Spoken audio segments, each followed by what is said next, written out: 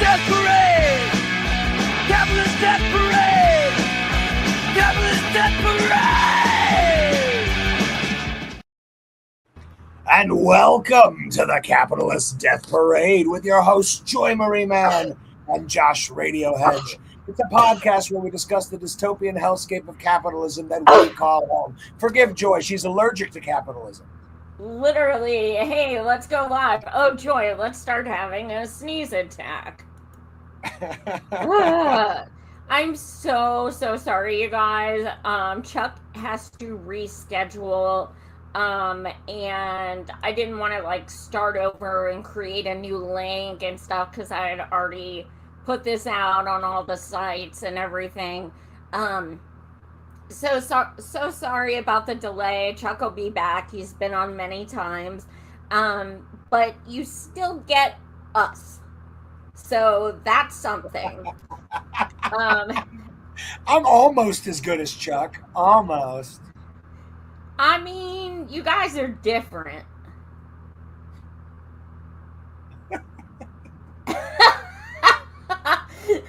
You're just different. I mean, I don't know. We've got similarities. We've got.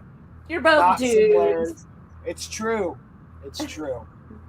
You know, as a patriarch, I can say definitively that we're both dudes, and that's a good thing. Yeah. Yes. Yeah, for sure. Well, again, sorry about the wait, guys. But we are here and ready to talk shit. As always. Indeed. So let's get to the first topic. There is some crazy shit going on, of course, because it's a day that ends in Y. So, Josh, what is up first? Okay, well, seeing how I don't know if you ever saw that show, The Good Place, but I feel like we're all in hell, and every week is just like fresh torment. But I put it to you there if you'll throw that one on the screen for me, please. Tonight we're starting with a Reuters article that dropped. I actually do not have anything. Oh, it didn't come up? All right, hold on. I'll try again. It said I shared it. Just a second. All right. Try now. I shared it again. There we go. So, great news, y'all. Per Reuters, U.S. has virtually all of its long-range precision missiles used up during the Iran war, sources say. So I'm going to pull a little from this article here. I want you guys to catch a little of this madness. The U.S. Army has used up much of its stockpile of highly accurate long-range missiles during its 5-month war with Iran, according to 3 people familiar with the data, raising concerns about the military's readiness for future conflicts. The missiles are principally the Army surface-to-surface weapons known as Army Tactical Missile Systems and precision strike missiles. The U.S. has used virtually all of these weapons, according to the 2 sources. Now, this is why I wanted to bring this up tonight. We wanted to go deep and hard into Israel. And a lot of the bullshit that's been going on with the ceasefire, supposed ceasefire, and the supposed next phase of the ceasefire there. But the thing is, Israel and the war in Iran are all about to be deeply impacted by this. And I'll tell you why. When Iran was striking Israel, we shot down damn near everything that they threw at them. And in doing so, we used up a ton of these same missiles. Well, now that we know that there aren't any left, it literally leaves Israel with 2 choices. That is, continue what they're doing and get blown the fuck out of the water, or retreat and actually claim that you're working towards peace suddenly. Those are their options, is to pull back their troops and stop the attacks, or have no way to defend themselves when all their neighbors decide to fucking unload. So, hemorrhoiders, as I call it, let's say this. I have everything crossed, hoping that this is correct.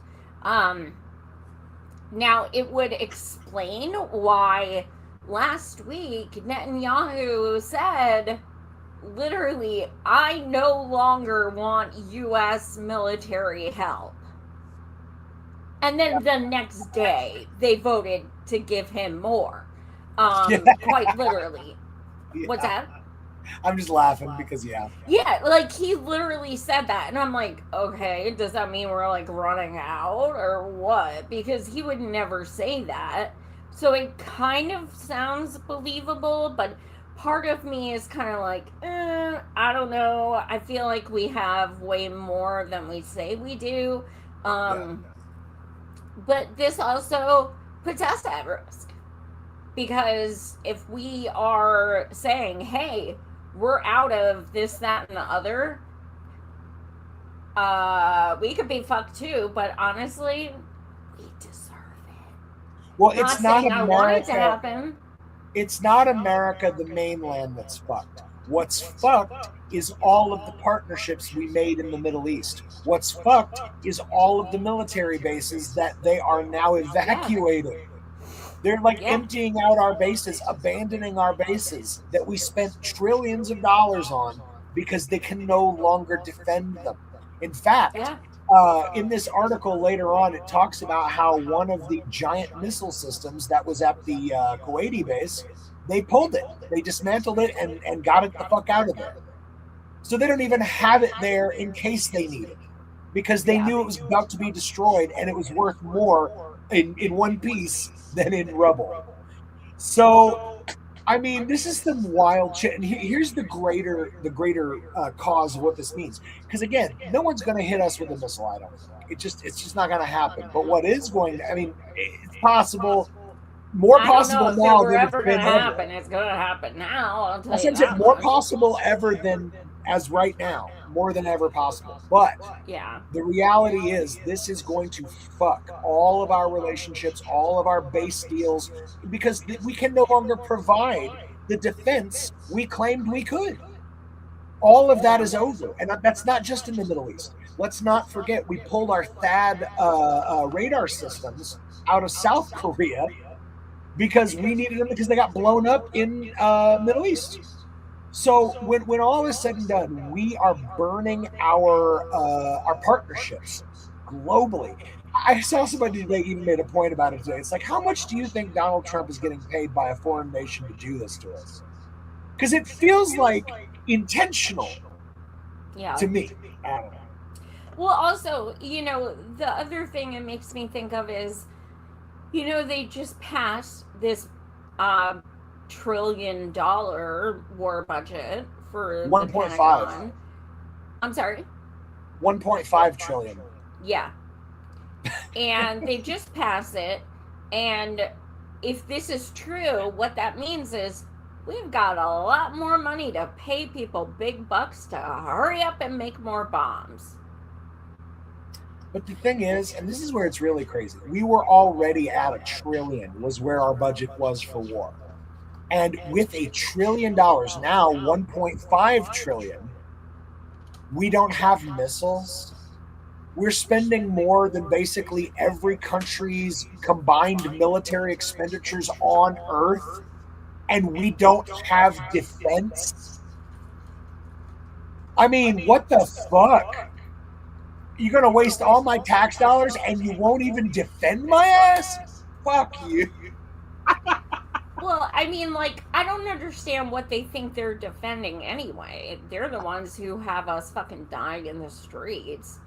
I Yeah. mean, it's fucking bananas. It's Well, you know what this all insanity. comes back to, of course. It all comes back to Israel. They're the ones who started the shit with Iran. We know this because Rubio said so. He's like, oh, yeah, they told us they were going to attack with or without us. So we decided we're going to get drawn into this either way, and our bases are going to get hit either way. So we might as well lean right into it. Well, there it is, guys. We did this for Israel. Yeah, I have a Rubio clip coming up. That it's. Fun. Well, let's do it. I just wanted to start things off by talking about this massive ship. But let's talk about Israel next, because Israel is what's going to be most impacted by no missiles to defend. So let's get on it. Let's start. Here we go. It took enormous courage to take on Adolf Hitler. And, I hate to say this, but I think I'm in 1935 and I'm sitting opposite Joseph Goebbels right now, and he's making the propaganda case for the Nazi regime just the way this professor is making the propaganda case for the new Nazi regime, which is the regime of Iran. Will you at least admit, sir, that Iran murdered in cold blood as many as 50,000 innocent protesters? And would you admit, if that's true, that comes closer to genocide than anything that Israel has been accused of doing in self-defense after its people were raped, kidnapped, murdered on October 7th? Would you at least admit that the Iranian regime has killed many, many, many thousands of people? Yes or no? No, we are not in 1935. We are not in 1939. We are in 1942. You are the Nazi regime that is carrying out a Holocaust in Gaza. You are the Nazi who is doing it as we speak. You're the evil monster. You say Israel is not a colonial regime? You're from Eastern Europe. You're European. All of those Ashkenazi Jews who are now running the country, they're from Eastern Europe. You came and slaughtered. I'm talking. I didn't interrupt you as you were ranting. The people who you support, the people who are running the country, they're Polish. They're Ukrainian. They're from Czechoslovakia. They're from Eastern Europe. You're not even Semite. You're the anti-Semite because you've been slaughtered. You won't let me talk. You're afraid. You're afraid because you know you have no argument. You have no leg to stand on. You slaughtered the Semite Palestinians and you took their land. And you support, you are a proud Zionist who supports a regime that celebrates the rapists in prison. They Palestinians in prison, and then they're celebrated on television. This is, if you don't let me talk, you're just exposing yourself. You're exposing yourself. You're exposing yourself just as you exposed yourself with Epstein.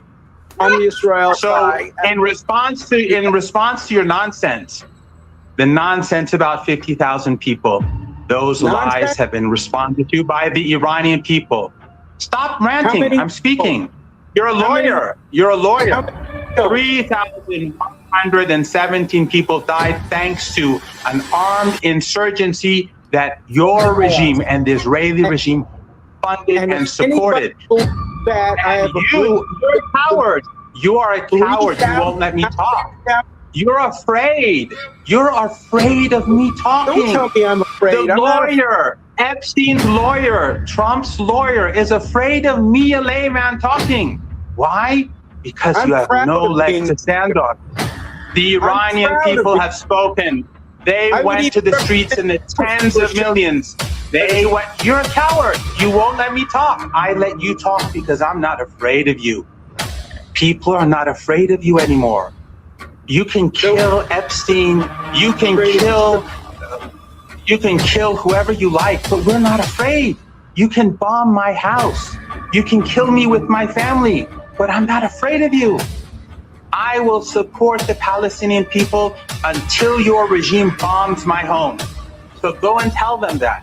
I'm prepared to die for the Palestinian people. But you who used to frequent Epstein Island, you have no principles and no morality. Oh. Weird little ending there. Oh my God. You're showing yourself like you did at Jeffrey's Island. I'm done. That guy is a fucking king. I loved it.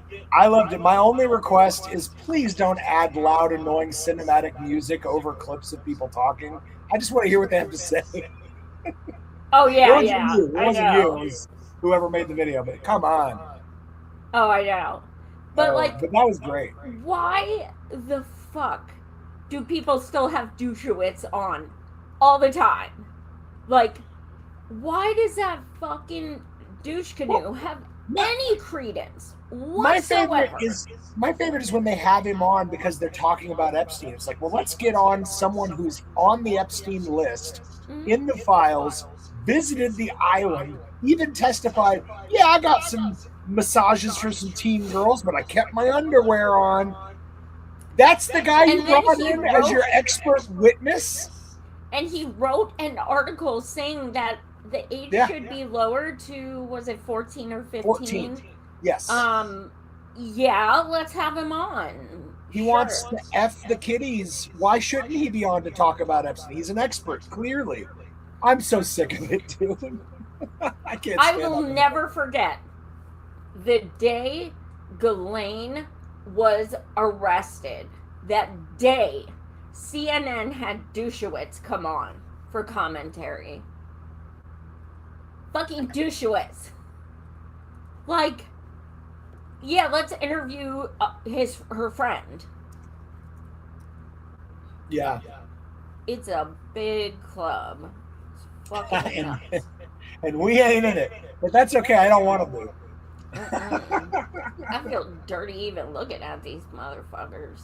No doubt. Let's keep it going. Now, this was a fantastic little moment. You shared this one with me. It grabbed me. So let's get this one there. Sorry, my brother. You'll pay for the bail? For whose bail? Why would we need bail? For the rage. Why would you need to bail someone from rage? You say because you're linking it to a crime. Are you saying that it's inherently a crime to be angry? It could be how? What was your name, my brother?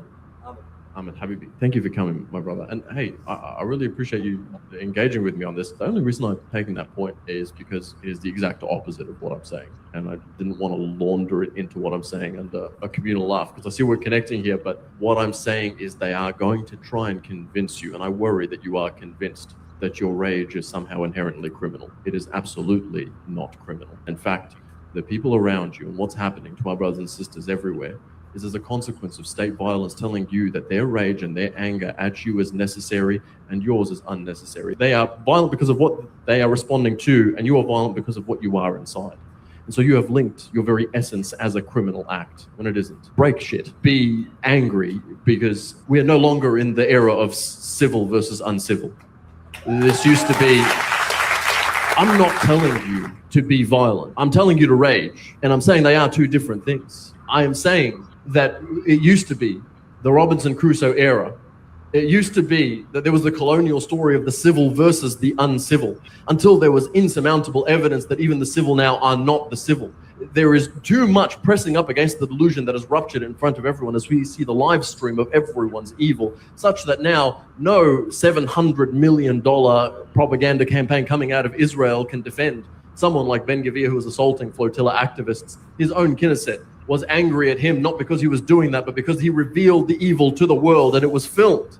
And so they said to him, how are we supposed to pretend to be the most moral army in the world? You don't hear a lot of that anymore. We're no longer going to pretend that we're civil. We're going to say, yeah, we are the monsters who are fighting the monsters, but we're the necessary monsters, and you are the unnecessary monsters. I'm sorry to bring this up, a big trigger warning. A UN report came out saying that it has all become enshrined into policy that prison guards in Israel use as a general protocol to keep order among Palestinian prisoners. The ex-prime minister of Israel said that this is something that happens in Israel. They are no longer telling you that they are the civil versus the uncivil. They are telling you that they are the necessary monsters fighting the unnecessary monsters. This is happening everywhere, and I can trace it back to a few points, but one that really stood out to me was when Mamdani went into the Oval Office and Donald Trump had said, yeah, you can call me a fascist. And we all laughed and we went, look at that bromance, but it was right under our nose. This was speaking truth to power, the one thing that we're all trying to do. And Mamdani went into the Oval Office and spoke the truest truth to the most powerful power and said, you are a fascist. And what he ended up doing was saying, yes, I am a fascist, to let you know that I live with absolute impunity, that there is nothing that you can say to me. And this impunity now is extended to everyone. You cannot view Pauline Hanson outside of the context of the necessary monster. We're all pretending that maybe if she takes some time, she's going to write down what the values are that she's saying we don't have, but she doesn't give a fuck about values. She is growing up in the era. She's coming up in the era of the necessary monster. And she is telling you, it's your turn to be the necessary monster. The subtext of everything she's saying is it's unfair that everyone else has gotten to be the monster up until this point. And Pauline's voters, they're not looking at Australian culture or Australian values. They're going, it's our turn to be monsters to get what we want, because that has now become the new paradigm for how everyone behaves. And when I said something about the Bondi shooter and how he was mimicking state violence, a lot of people said it's anti-Semitic, and they told me that you wouldn't do this if it was a mosque shooter. So let me tell you now, the San Diego shooter, the two little white kids who went into the US mosque in San Diego and shot Muslims who were in prayer, they are cut from the same cloth as the Bondi shooter. Two young men who are growing up in an era with minds still developing, where the heroes and the monsters are being heralded just the same, with a whistleblower for the case in the Israeli prisons were being heralded and given medals while the person who blew the whistle was charged and arrested. It used to be we lived with the myth of the Anzacs, where they told you that the Anzacs were our hero and they would never do anything wrong. And then you had someone like Ben Robert Smith, who Pauline Hanson heralded and said, this is our hero. The big block of Australia not telling you he didn't do what they are saying he did, which, by the way, is killing an 11-year-old Afghan boy and pushing him with indifference off a cliff. No. They didn't say he didn't do that. They said if he did do it, it was necessary. If he did do it, this is our necessary monster, and these are our Australian heroes. We're living in the era of the necessary monster. So, my brother, your anger is not your violence. They are two completely separate things. Well, look at what they arrest us. Yeah. I'm saying too much. If you're not there to witness it, let's bail him out. Oh, man, I shouldn't have said any of that. I'm sorry. This could have been a completely different show.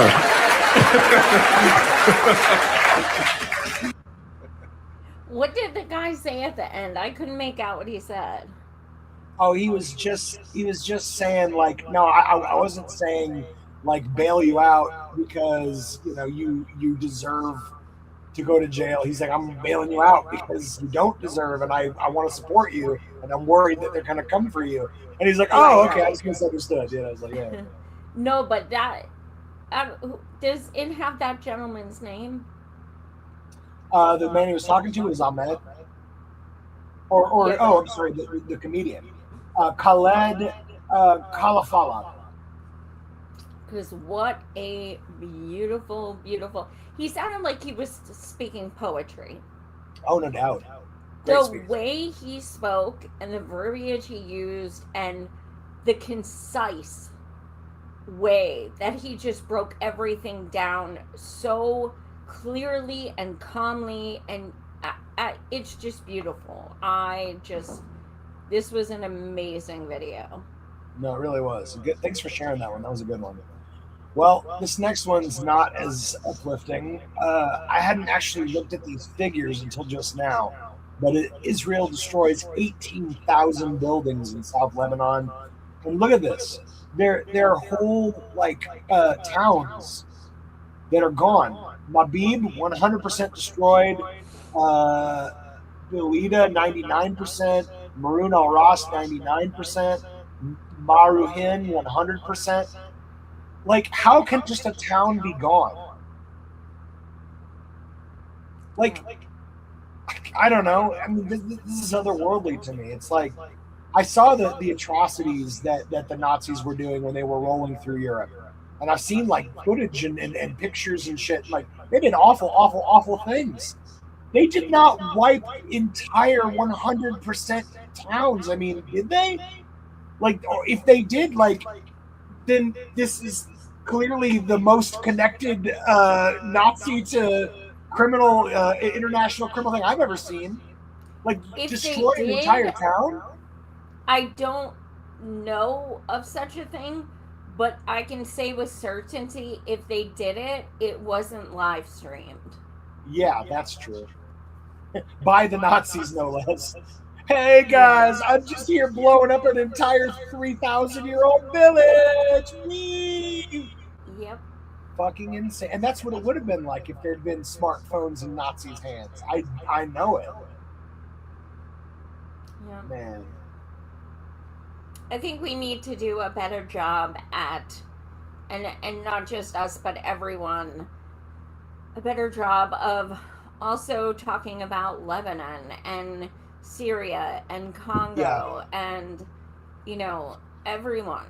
being affected right now because there's so many places that are going through this evil. Truly, truly. And it's like he was saying, it's like it's the age of the necessary monster. He's like, oh yeah, they're doing it here because they're doing it elsewhere, and they're like, you can just use violence to take whatever you want. Fascism's back. Yeah, he's right. God damn. All right, let's keep going. Donald Trump has received a visit from his boss. The White House said Benjamin Netanyahu flew to D.C. to present Trump with his Employee of the Month certificate for restarting the war with Iran, making it his 4th consecutive award, adding that if the president continued to meet his KPIs for bombs dropped, he would receive a bonus Trump Tower in Gaza. When asked why the president was so obedient to Netanyahu, the spokesperson said because he also gave Trump a pager. Donald Trump has received a visit from his boss. The White House said Benjamin Netanyahu flew to D.C. I saw an amazing Hard Times headline that said the United States president visits Trump at the White House, and it was a picture of him and Netanyahu. It's funny, but it's true. But it's true. Fuck, man. All right. I do love that more and more people are getting it, but I do not love how so many people still aren't, and so many people still make apologies for it and dismiss it. And I get real fucking triggered now that the election talk is starting to come.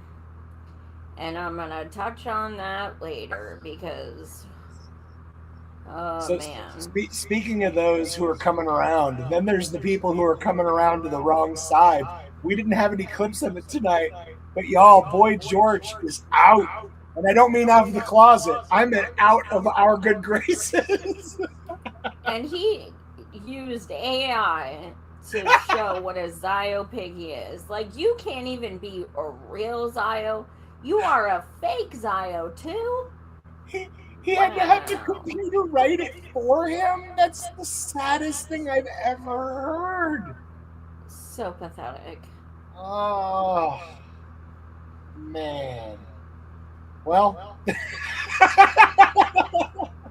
Oh, and somebody just dropped. It was the manager of his record label. Yeah. Just dropped him. He's out. He's like, nah, I'm not working with you no more. Cool.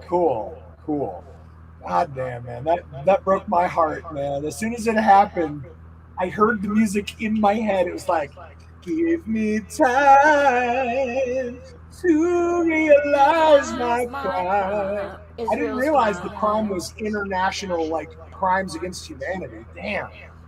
You know, I really wasn't all that sad, to be honest, because I saw the Culture Club reunion tour, and it was not.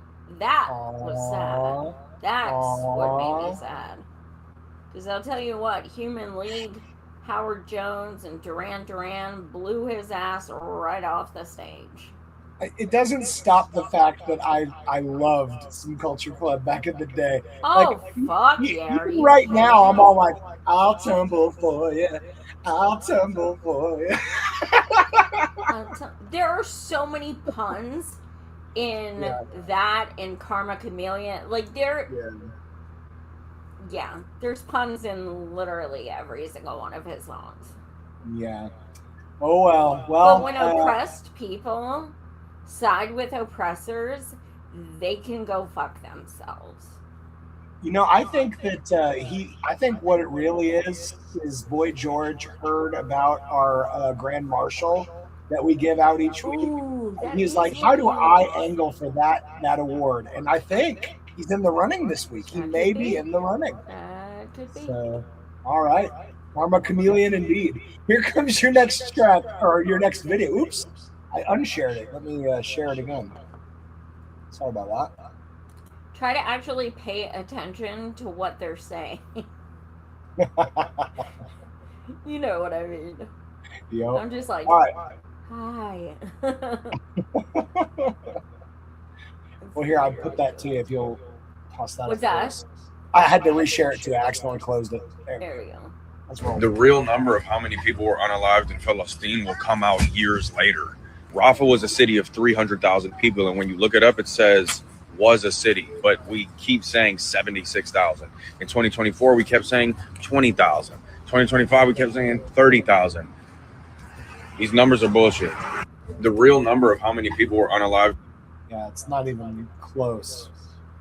Not even close. You guys, hold on a second. Okay. So, you guys, I'm sure you know who Mo Hamza is. I had him on last Tuesday. We talked about this extensively. There's a band I saw in concert last year. Oh, Godspeed You Black Emperor.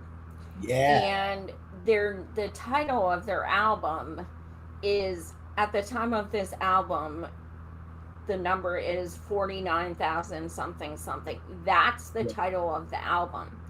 And it came out in January of 2024. That's always what I think back to. So you're saying that there was about 25,000 deaths in the past year and a half. Literally impossible. Yeah. Impossible. We know just during the ceasefire that are recorded that the IDF agrees with over 10,000 deaths. Yeah. Just during the ceasefire. There were 50,000 pregnant women on Yeah. October 7th, 2023. How many of those babies do you think are alive? Yep. I mean, Yep. those are numbers. And what about the fucking bombs that literally evaporate people? It is fucking God. insane.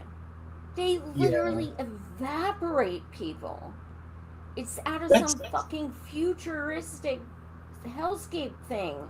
I actually remember it was a long time ago. I read some like sci-fi speculative book about a future where they developed a nuclear weapon that would leave like all the buildings standing but eradicate all biomaterial, so all people and animals and plants, but it would leave all the structures untouched. And when I hear, I mean, this is different, but it's that same kind of feeling. It's just like, oh, see, you don't even have to clean up the bodies with these new weapons. How wonderful. You know? And, you know, I'm not trying to be, you know, grotesque or realistic. So, trigger warning, but when you see what is going on and you see that people are trying to pick up bodies in pieces and they don't know how many actual bodies are in that pile because they're literally in pieces. Yeah. So you may say, oh, one person died. That could be 5 fucking people. Yeah. Yeah. And the fact that we still we're over 3 years into this horrible fucking nightmare and we don't have a single like international investigator on the ground, not one. Or a single arrest. Or well, a single actually, that's not true. We have arrests of people protesting and arrests of Israeli teenagers who refuse to go into their terrorist army. That's about it. No, I was going to say the people in the UK is a good example. All the people that just like hold up a sign that says, I support Palestine action, they go to jail. Mm-hmm. In the thousands have been arrested now. God. Yep. All right. Let's keep it rolling. I hope all those people who think you can be Christian and a Zionist are watching as the last fully Christian village in the West Bank burns. And it's all thanks to Israeli settlers who threw petrol bombs into people's homes and burnt their crops in order to terrorize them and force them off the land. It's time for pastors like Mike Huckabee to renounce their support for Zionism and apologize for having ever had anything to do with it. He will never apologize. Never. But I think, you know, that's something that, you know, we don't hear a lot of people talk about. There are Christian Palestinians. not all Palestinians are Muslim. Yep. And there are actually Jewish Palestinians as well. Yes, Muslim is the primary. However, if you are this Christian Zio and you want to ignore the countless YouTube videos of them like spitting on Christians and like punching them and smacking them and saying horrible things to them, and their attempt to make it illegal for them to even like talk about their God,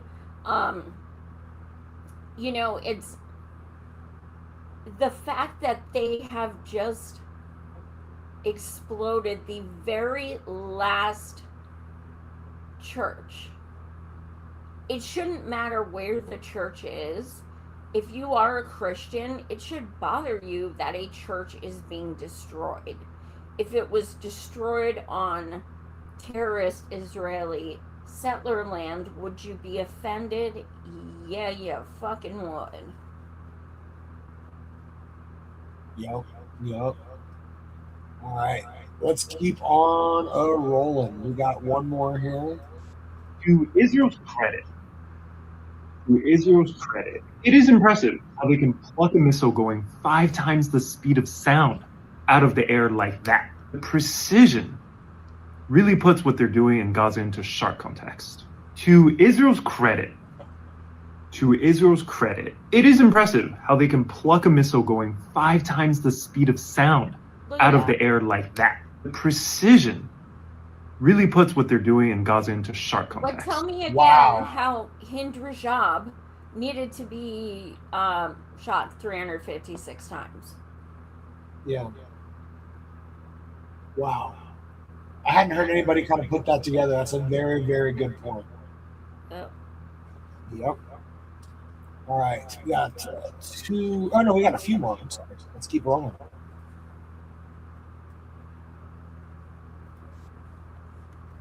This motherfucker. It sounds like you're saying one Jewish life is worth hundreds or thousands of Palestinian lives. Not million.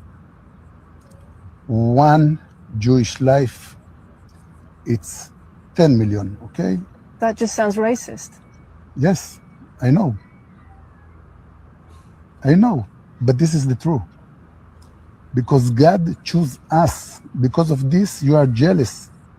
It sounds like you're saying one. This sounds racist. Yes.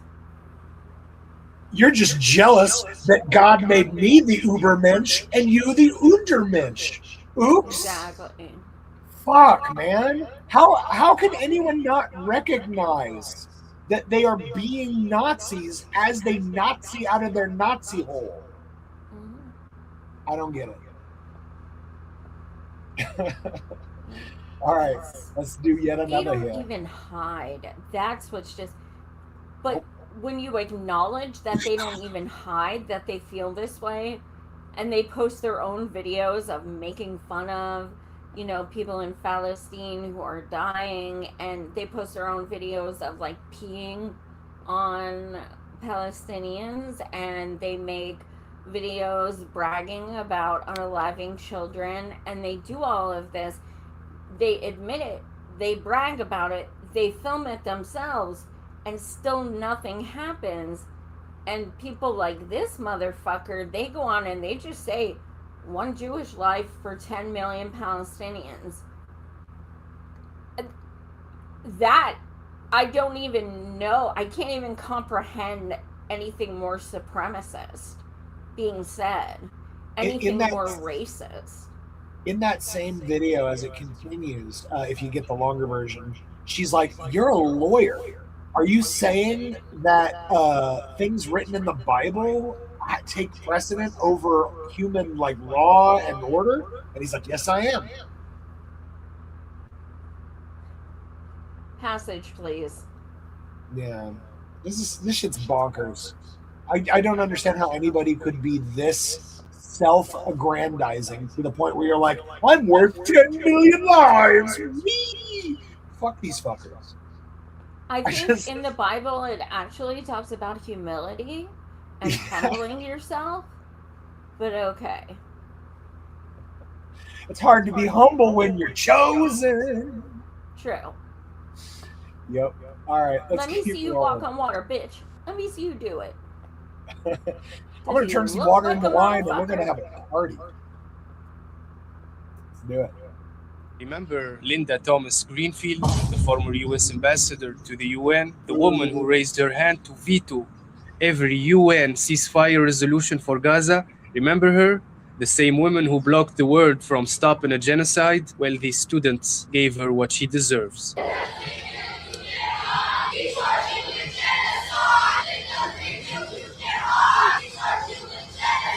Remember Linda Thomas Greenfield? Oh, that's fantastic. Yeah.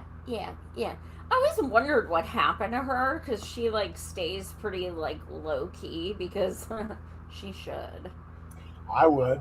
My God, I'd wear a hoodie everywhere and sunglasses. I would look like the Unabomber every day. I wouldn't for even the rest leave of my my life. house. I would Right? cover up even for DoorDash. I'd be like, "Thank you for my order." I'd be like, all right, I need to get some plastic surgery. And they're like, what do you want, like a lip tuck? And I'm like, no, I need facial reconstruction. I need Make to me watch someone Face different. Off. Yeah, like I'm gonna reach out to Nick Cage and see what's up. All I Right. see when I look at her now, y'all know I'm mostly blind. I can't see faces, but all I can think of when I look at her is Donna Burchell. That's all I can fucking see. She's got that same kind of style and hair like going. So yeah, I thought the same. All right, let's keep her rolling. Oh, this motherfucking Rubio video is really creepy. Here we go.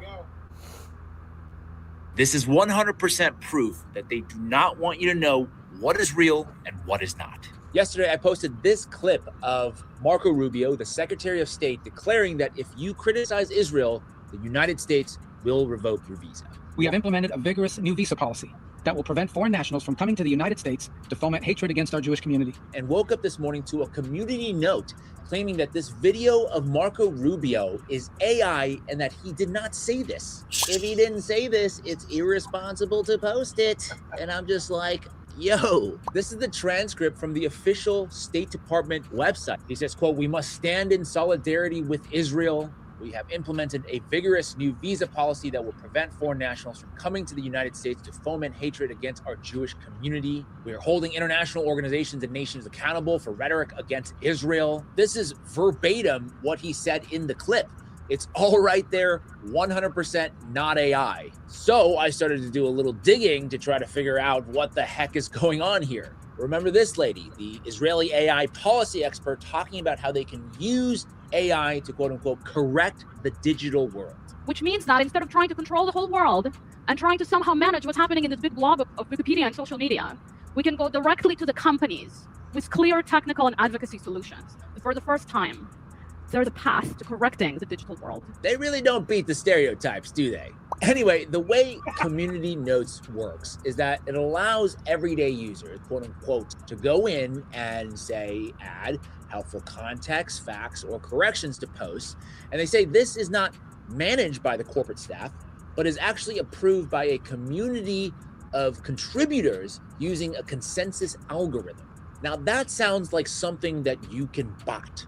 In fact, Netanyahu and his allies have been caught using armies of bots to influence social media discourse, as reported in the Times of Israel. So you can imagine, one account writes the community note claiming that the very real video that I posted of Marco Rubio is AI, and then a bunch of bots swarm in and create this consensus to say, yep, thank you so much. Super helpful. You see, AI is now becoming a tool for them to muddy the waters because guess what? The entire campaign against Israel isn't coming from the fact that we don't like Jews or we don't like Israel. It's coming from all of us collectively viewing these horrific videos, tens if not hundreds of thousands of people being blown up, a genocide broadcast in 4K, and then political leaders saying the most dystopian shit. And then all of a sudden now they can go, nope, that didn't happen. We didn't say that. It was AI. This is literally 1984. The party told you to reject the evidence of your eyes and ears. It was their final and most essential command. Yeah. So this also got me thinking that, like, okay, so we're about to start dealing with the election shift for sure. You are going to see candidates out there being like, I never said that. That's AI. I never fucking said that. What are you talking about? I said something similar, and then AI came in and twisted it. It is going to be used as an excuse for so fucking many people in the 2028 election season. Yeah. Well, and to back up what that crazy lady was saying when she was talking about we must correct the record. Ooh, those are some loaded double speak words if I ever heard them. So I wanted to bring this up. This was a drop site article from a few days ago. Israel is paying millions to train AI chatbots how to talk about Gaza, and it's working. And get this shit. This dude right here is Brad Parscale, one of Trump's campaign managers. All right. They're paying him. Let me see if I get the number in here. I think it says it in here. The amount. Yeah. $46.5 million contract. They paid him to make a bunch of these websites. And how it works is these websites are written in the same kind of style of wording and code as the AI chatbots. And they make enough of these fake websites so that when the AI chatbot goes to scrape to get info about, let's say, Israel, it's going to scrape everything, but there's a whole bunch of sites that have the same info, which means it must be correct. And that's what they're fucking doing. That's what she was talking about, correcting the record. I just wanted to bring that up. Yeah. Fuck. Like, we thought people were easily duped before. Yeah. This is gonna be. Yeah. Well, it's going to be damn near impossible to know what's true anymore because all of the fucking search functions, all the web search sites have all switched to AI. So what the fuck do we do? Yeah, it's pretty nuts. Pretty nuts.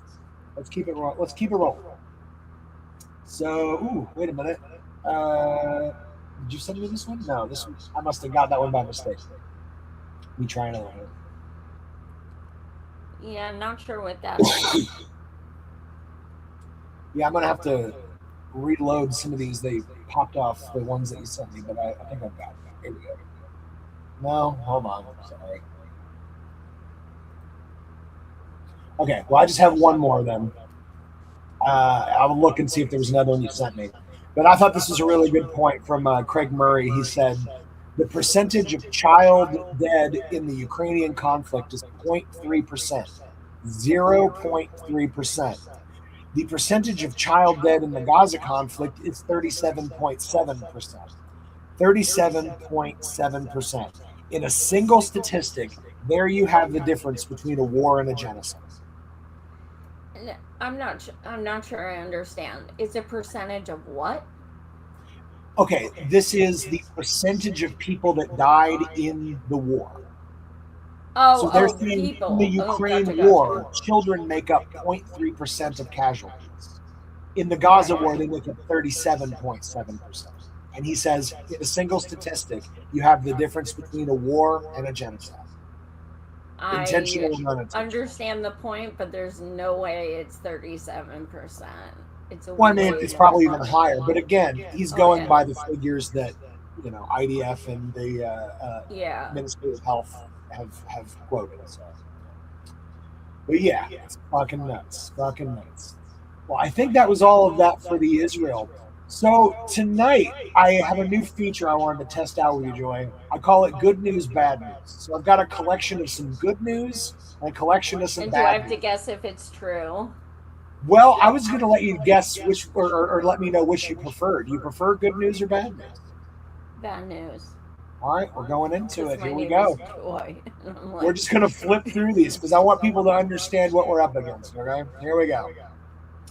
It appears that the U.S. military accidentally killed everyone on board a civilian medevac flight in New Mexico. So get this shit. When the Federal Aviation Administration shut down their air traffic to El Paso Airport earlier this year, nobody could have guessed that an experimental high-energy laser weapon was the cause. After days of chaos and speculation, it was revealed that the Customs and Border Patrol officials had fired off a laser volley from a U.S. Army base adjacent to the El Paso airport. So get this.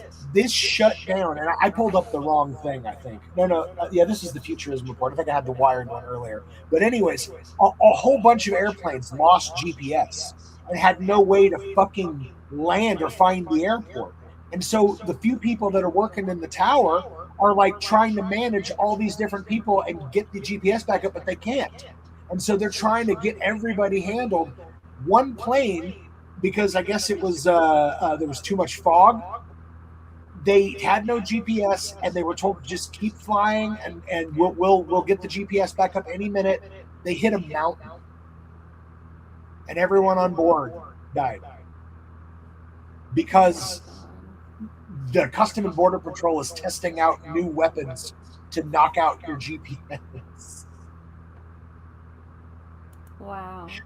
I remember when this happened because I remember I didn't know why, like I didn't know all of that, but we didn't know the other end of it. Yeah. Every fucking day there was a plane crashing and burning and doors were falling off, and it was I swear it was like every day for like 2 weeks. Do you remember that? Yeah. It was nightmarish. I already hated airplanes because I already had a pre-existing fear. And then that was just like, nope. So I just wanted to share that because I thought that was notable that they literally were testing GPS destroying technologies next to a fucking commercial airport, y'all. God damn. All right, keep it rolling. Get this motherfucking shit. You know EA games, they're not well liked recently because they've been kind of dicks in the industry, but back in the day, they made some of my all-time favorite games from NBA Jam, NBA Hang Time, The Sims, all kinds of beloved games. Well, guess who bought EA? Are you ready for this? Jared Kushner and Saudi Arabia. Like the one whole of my country? favorite. Well, you know, the royal princes, you know, the investors. But yes, one of my fabled favorite game companies of way back in the day now belongs to the Trump crime syndicate and the Saudis. I hate this fucking reality. It's just like, why? Really weird. Well, here's my thing. Who wants to play like right-winger Trump-esque games? Like, what are you gonna do? Like, do like a child trafficking simulator? What is the appeal? Who is going to what games? I don't understand. It just fucks my I whole honestly think with stuff like this that does seem so random, I really do think it is just a game of seeing how many things they can attain. Like Monopoly, you want every property on the board if you can. Yeah, it's so evil. God damn it. All right, let's keep rolling. Those bastards. All right. Oh, get this one. So it comes out that Capital One had canceled hundreds of bank accounts connected to one of Trump's sons. And so now Trump and the DOJ are suing Capital One because they claim that they canceled these accounts due to the bank's woke beliefs. But, are you ready for this? Capital One has never accused the Trump organization of money laundering, but Friday's filing argues that documents and plaintiffs' own allegations make clear that Capital One closed plaintiffs' accounts for anti-money laundering reasons. So literally, they closed the accounts.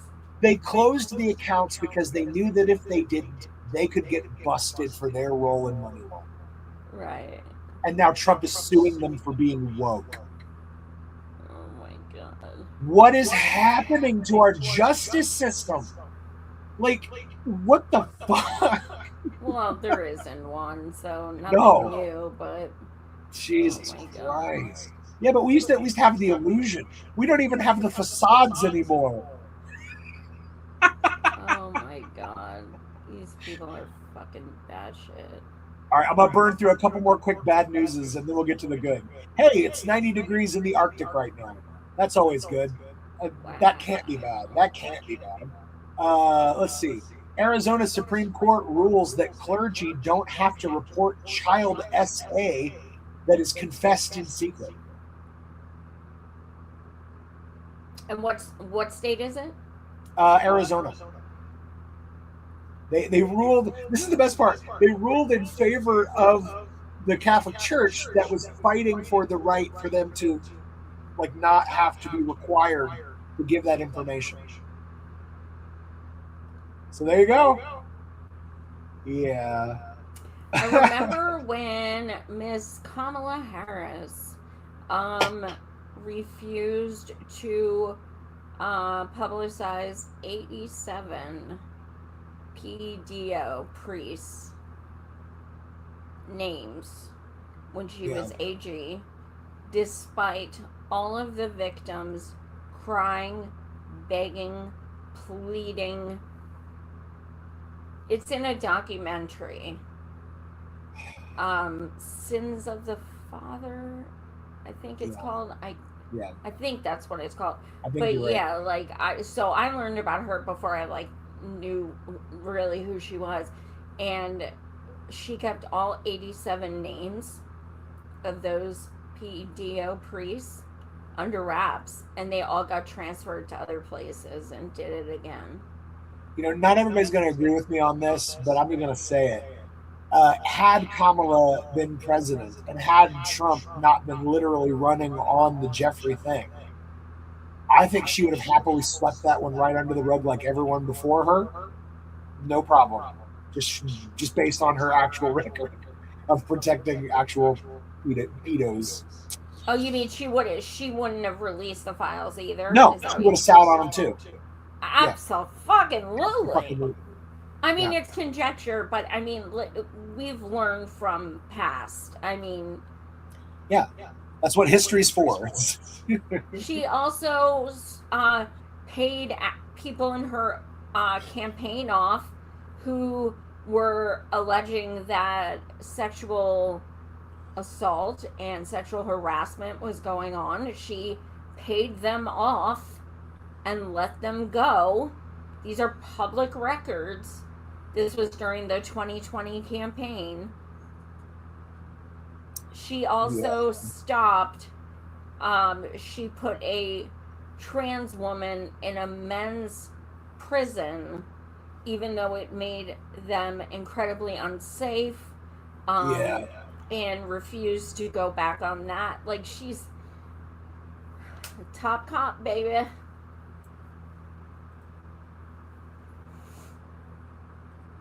Holly just dropped bad news on me that I didn't know about. Oh no. New York judge blocked ICE mask ban. Fuck that. No. Like, literally in my state, this shit gets under my skin because it's local for me. But there was a woman that got literally essayed by a group of fake ICE agents that like detained her and then essayed her. And they weren't even ICE agents, and we're still trying to find out who the fuckers even were because they were wearing masks and they didn't have any identification because ICE doesn't have to show any. And we said that this was going to happen when they day one were pulling out the masks, and now it's literally happening in my fucking backyard.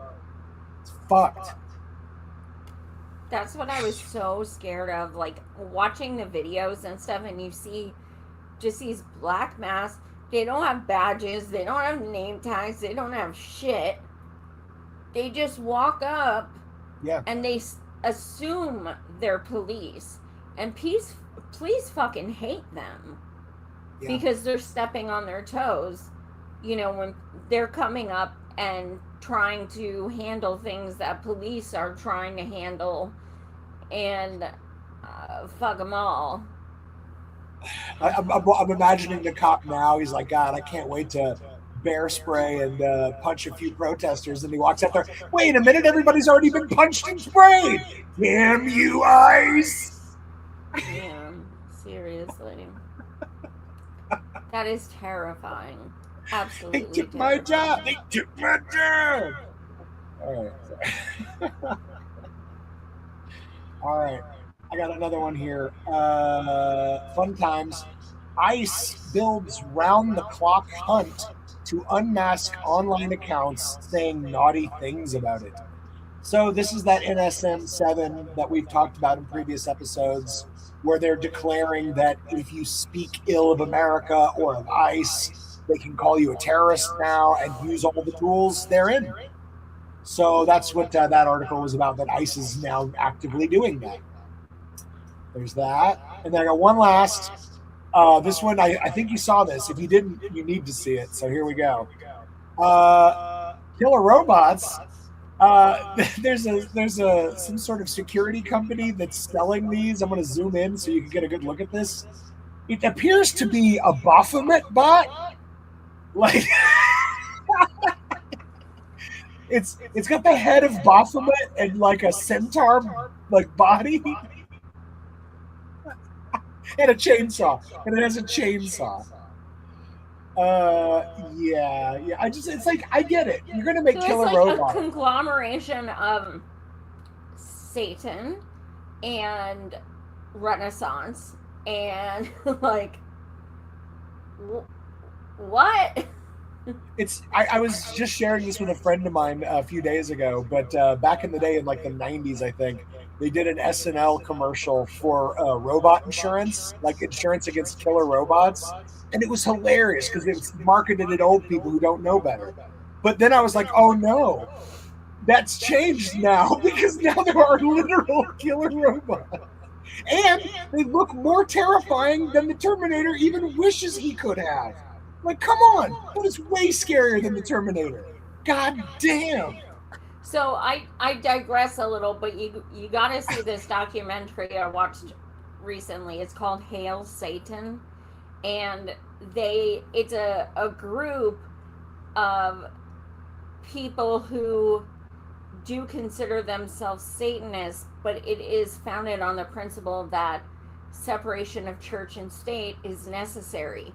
So they go around, and everywhere they find religious statues, they demand a statue of Baphomet. And they have them made and placed and have ceremonies and stuff, and it's fascinating. It's absolutely fascinating. Was that the Hail Satan documentary that you're talking about? Yeah. That was a great documentary. It was really interesting. I think it's brilliant to use like Christians' fears to poke holes in their violating of the separation of church and state. It's brilliant. Yep. You know, it's like, hey, if you there is nothing more offensive to them. So yeah, I mean, if you go up and say, well, hey, I want a statue of Allah, they're just gonna be like, no. But if you say, I want that, they're gonna be like, oh my God, now this is United States is a Christian country. Yeah, we're not. Yeah, no doubt. All right, I got another. Okay, we're gonna jump on to some quick little good newses. So is it good news, or is it gonna be like Joy's gonna be like? I don't know if it's good news. It's me doing the best I can with what little I have. But I was on a Fox News digital piece that was an op-ed, and Mark Penn wrote it. And in it, he says that the headline, Mamdani's tax on the rich threatens middle-class homeowners. So I'm like, come on. So I jump into the comment section. Thankfully, it looks like plenty of people are figuring out what bullshit that this is. And I decided to go ahead and bust out my calculator and do the real math on this. So get this. There are 33,000 properties owned by people in New York City that is not their primary residence, meaning it's the second or third or fourth or however many homes. Okay? Assuming that each of those units is owned by just one person, and that's not even true, but let's assume. You divide that then by the population of NYC, and you find out that people that own more than two residences in NYC make up less than 1% of the population. And then when you realize that some of those people have 10, 12, 30 homes in NYC because they're crazy rich, you realize that it's a fraction of the top of the 1% are being taxed. And so how the fuck are they claiming that this threatens a middle-class homeowner? What middle-class homeowner owns multiple NYC properties that cost multiple millions of dollars? You can't be middle-class and have multiple million-dollar homes. Well, I mean, in fairness, because of how the economy is right now, millionaires probably are lower class at this point because we're all just fucking broke. They're like, I can't afford this gas no more for my super yacht. Yeah, seriously, my super yacht, dude. Dude, my private jet has never been thirstier, I gotta tell you. I'm waiting on that insurance from Elon because another one of my Teslas blew the fuck up. And it burned my whole family alive. Son of a bitch. And I know they recalled it because the wheels were coming off. No, the steering wheel. Well, I think it was both, the wheels and the steering wheel. The wheels and the steering wheel. It's like a Buster Keaton black and white silent film, you know? Like the wheels and the steering wheel all at once popping off, and he's like, oh! And you know what? I saw my first Tesla, that square new one, my first one the other day, and I was like, that is the motherfucking ugliest car. Oh my god. Okay, forget Elon, like, I'm not even saying like it's ugly because it's him. Like, I'm just like, holy shit, like, it looks like a war vehicle because it's like so stark and like such stark lines, and it's like over $100,000. And I just, I was sitting there with my husband and I said, babe, I told you that these were recalled because of the tires, the wheels, and the steering wheel were coming off, right? And he's like, oh yeah. And I'm like, well, some motherfucker sitting in the parking lot. I gotta tell you, Joy, you say it's an ugly car, but I think it would be an okay car for certain people. Like, for instance, I think the 1990s Lara Croft would fit perfectly into a cyber truck, in my opinion. I was thinking, don't hassle the Hoff, Knight Rider 2.0.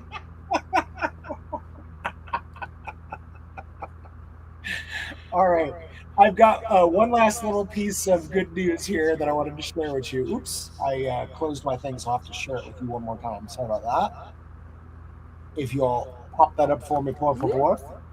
So you guys heard about the craziness with the reflecting pool in D.C., all those people that were arrested, pending charges. Did you get that? There we go. Well, Furious Trump is considering removing Judge Jeanine Pirro over reflecting pool filing, sources say, because she went ahead and retracted those charges and is no longer pressing charges on any of those people. Okay? Well, apparently she was summoned to the White House to explain herself, and they caught a picture of her leaving like this, with her briefcase on wheels and a big box of her shit on her way out the White House. So it looks like here's the situation. If you want to keep your law license, you can't, do fake ass cases without evidence. And apparently this is your future if you work for Donald Trump and you don't literally break the law for him. So, cool. There hasn't been a statement though, right? Because I know you sent me this last night and I haven't seen anything. Not yet. I mean, the white box is kind of like, yeah, that's not a good look. Yeah. It's like, we brought you your stuff. Get the fuck out. I seem to have misplaced my stapler.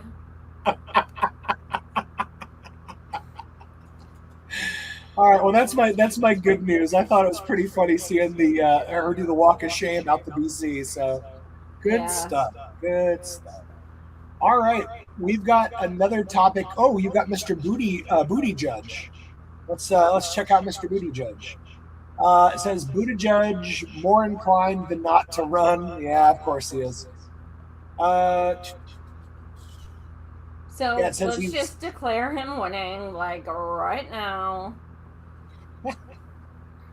Did you catch that recent thing though that happened to him and his family? No. So I gotta say, I definitely felt some empathy for him for the first time. I felt real empathy because apparently somebody who didn't like the fact that he and his partner are two dudes, they're gay, and they have a kid, they called Child Protective Services on him.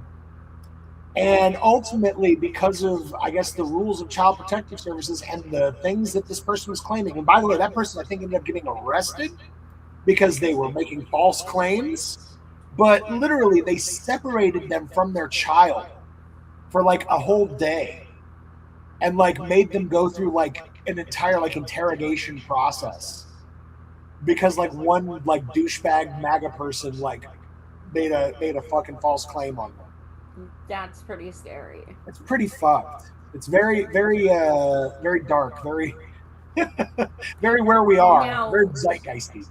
So, do you want to hear? You know what I'm gonna say. No, wait, what were you gonna say? I don't. I'm gonna say, are we sure it's legit? Because he just said he might run for president. Well, can I tell you, that's why my brain connected the two thoughts. But someone literally went to jail over it. So unless they were like, wanting to go to jail, I don't know. It seems legit to me. But that was the first thought that I had too. I had this kind of Jussie Smollett moment, but then I looked into it and I'm like, oh, okay. Yeah. They really got just fucked by the system and traumatized, and their kid traumatized. It's like, that sucks. Yeah. That sucks hard. Yeah. And it makes you wonder, like, what other people go through. I actually knew, I hate to admit it, but I knew someone once. I cut it off with them immediately, but they did a fake call on somebody, a child protective call, because they were mad at them. That's just so. And I found out, dude, and I was like, dude, you're the worst fucking person in the world. Like, wow. So, yeah. That kind of stuff is so fucking scary. Super scary. Especially if you're in the public eye. That's why I use my fake ass name. My name is Joy Marie. Okay, what's your fake name?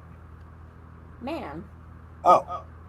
I thought you had like a really cool fake name, like Black Mamba. Like like you're from Kill Bill or something. Bananas. Joy Marie. Bananas. All right. Let's keep it rolling, man. I love this photo. That's a great photo of Cory. Let's check this one out. People are always asking me, how is it that Cory Booker appears like such a fighter without actually fighting for anything? That's where I come in. Kobo, my dude. Do you see the new polling? I know. People think you're really doing something. I knew that Cory was a generational talent back in 2017 when he made history by testifying against Jeff Sessions during his confirmation hearing for Attorney General. And then 2 days later, he voted against importing cheap prescription drugs from Canada. It was probably to appease his pharma donors. I had never seen anyone virtue signal so gracefully, so effortlessly. I was like, I have to work with this guy. You probably saw Cory's most recent Senate speech where he just laid into Trump and the Democrats. It's time for Democrats to have a backbone. It's time for us to fight. It's time for us to draw lines. Seeing that, you probably never guessed that Cory actually voted to confirm a handful of Trump's cabinet nominees like Scott Bessent and Marco Rubio, and he was the only Democrat to vote to confirm Charles Kushner as ambassador to France. No one does it like Cory.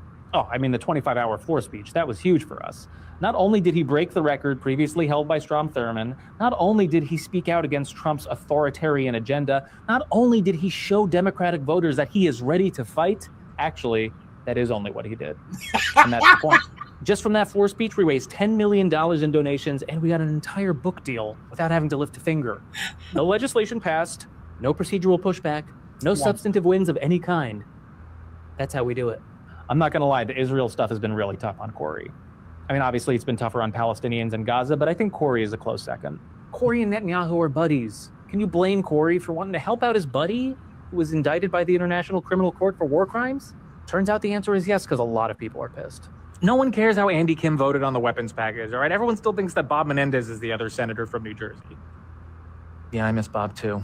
And at one point, Corey called me up and he said, I'm seeing these images coming out of Gaza. Maybe it's time for us to rethink our unwavering support of Israel. And then I reminded him we already took the AIPAC money, so we just stopped talking about it. Ugh, the Zohran Mamdani endorsement. Look, I told Corey to just say, I have learned a long time ago, let New York politics be New York politics. And no one's going to point out that you have historically been very involved in New York politics. Oh, they did point it out. When you have a fresh, exciting, up-and-coming politician like Zohran come along who is energizing the base and activating new voters, we as Democrats need to support a candidate like that. Unless they are challenging our donors or critical of Israel, in which case we need to bury them. People are already asking if Corey's gearing up for a 2028 presidential run, and I keep telling them all Corey cares about right now is saying he will defend democracy, saying he will stop Donald Trump, saying he will fight, and the great state of Israel, I mean, New Jersey. But yeah, I am already working on the campaign poster. Very lovely. What does That's it say? It says, Booker 2028, words are louder than action. I mean, I love that video. Only thing missing was T-Bone. That was fantastic. That was a good one. It was fucking brilliant. Oh, they should have used that one video you sent me a few weeks ago of Cory Booker giving, what's his name, a piggyback ride. Ben Gavir. And Shmuley. Oh, was it Ben Gavir or was it Shmuley? Oh, yeah. No, wait. It was Shmuley, wasn't it? Yeah, it was Shmuley. It was Yeah. Shmuley. Jesus. That's so gross. I just got goosebumps. That was, oh. It's like, of all the people on earth who could be riding me like an animal, please don't let it be Shmuley.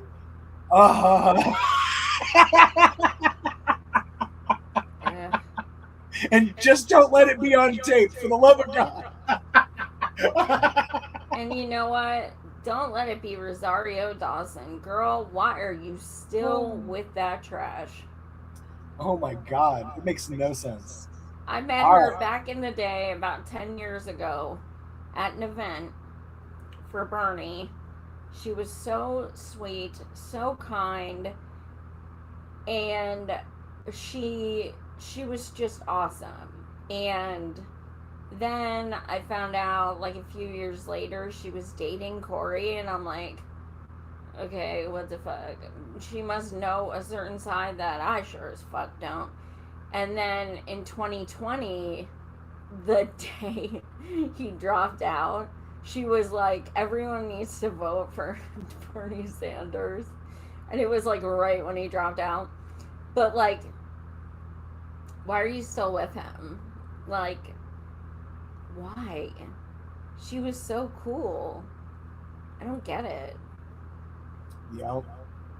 That's pretty weird. All right, we have one more in this little subsection here. And I thought this was a pretty... This one deserves it to be a funny, I think. Breaking, Senator Mitch McConnell has tragically died tomorrow. And the reason this is important, it's funny, but it's important, is because today is the last day they are allowed to pick a special election. Yep. So they have officially ran the time out. The clock has run out. Congrats. Yep. He's been dead since June 4th, and you held it out, so now no one else can be elected. Good job. Good job, Kentucky. I gotta ask the question: how many Weekend at Bernie type moments have there been in American political history that we weren't even informed of? I mean, I can't help but wonder. I think in the past few years alone, probably like 8,000. Yeah. It just feels like I think that the ideal future will be when they can just put these like 90-year-old like establishment Republicans and Democrats in like mech suits, and they'll have like a little like talking robot voice, like they've had a tracheotomy. They're like, I'm voting for this bill. You know, like they'll find a way to keep them going to the last. I think when every single person who stands with the terrorist state of Israel should have to go live in Gaza and suffer the consequences of what their people are doing to innocents. because they're the ones that deserve it. Yeah. True. All right. Let's see. I've got one more thing you sent me, so let's catch this last one, and then we'll get on to our funnies for the night. Oops. Here we go. Holy shit. You have to see this. Trump was just called a pedophile president by a guest on Fox News. And in response, the hosts rushed to quickly end the segment. Check this out. What is the number that is fine with you? Is there a benchmark? Is it fine? How many children can be raped and it's fine if you're in relation to the immigration community? If we're going to talk about children being raped, then we need to hold this pedophile president, Donald Trump, accountable, and all those that have been implicated by the Epstein files that the Department of Justice is still not leaking. They've sent AIPAC after Thomas Massey for having the temerity to hold accountable the pedophiles that are in control of our government. Thank you. We appreciate your time very much. Holy shit. You have to see this. Just like that. As soon as he said it, he's like, oh, that's it. I was hoping I'd get the little, we're having tech issues, you're cutting out. He's like, I'm sitting right next to you. Yeah, I know, right? I'm going into a tunnel. All right. I think we've come to, I want to give one last little update. This is something I've been watching pretty closely all night, so I'm going to let y'all in on it as well. So we've got this race in Michigan between Haley Stevens and Abdul El Sayed. Now, in case you were curious, Haley Stevens famously said the words, "Israel comes to me in my dreams." With like years ago. Come to me in my dreams. I mean, can I tell you something, Joy? If somebody gave me a stack with $40 fucking million in it, I'd probably have dreams about them too.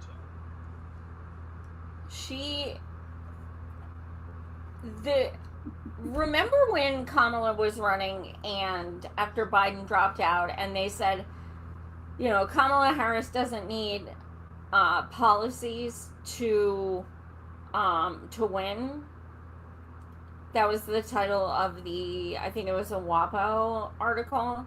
Well, it reminds me of this because Haley Stevens had an article about her a few days ago that said Haley Stevens' accent is authentic and you should take pride in it.